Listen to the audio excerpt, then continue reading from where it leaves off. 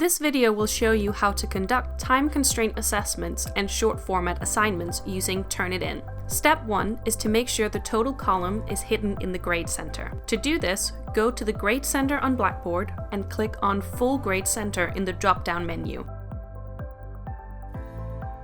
Click on the chevron in the total column and choose Edit Column Information. Then scroll down to the Options section and change the Show this column to students to No. Click Submit to verify the change. Step 2 is to add content to the assignment. Go to the assessment area by clicking on it in the left-hand side menu. This might have a different wording or placement depending on your Blackboard setup. Then click on Build Content and choose Item. Add a title, an explanation of the assignments with clear instructions, and attach any files the students might need.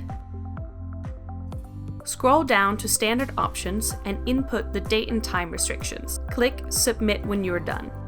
Afterwards, you should have a content item that looks like this. Step 3 is creating a Turnitin submission point. Go back to the assessment area and click on the Assessments tab. Choose Turnitin Assignment from the drop-down menu. The standard submission point is paper assignment. This might not happen when you create your assignment because it only happens the first time someone uses Turnitin. Once you've selected that, click Next Step. Give your assignment title a name. If it's a time-constraint assessment, the name should be in this format: Time-constraint assessment, due, date, and time. If it's a short format assignment, the name should be in this format: Short format assignments, due, date, and time. Point value is how many marks can be achieved and should almost always be set to 100. The start date is when students will be able to submit their submission. The due date is the final date students can submit. Make sure you pay attention to the time settings. Post date is when grades will be available to students. Make sure all of these fit the URL guidance for time-constraint assessment or short format assignments. After you've checked the dates, click on Optional Settings. These are, despite the name, not optional. To read more about each option, hover the cursor over the blue icon on each of them.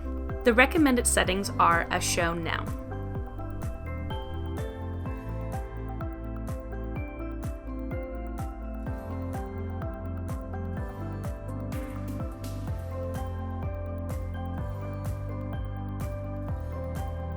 Once you have done all the settings, click Submit. This will create your submission point. You should now know how to create time-constraint assignments, and if you need any further guidance or have any questions, you can always reach out to the digital education team on email digitaleducation@lincoln.ac.uk.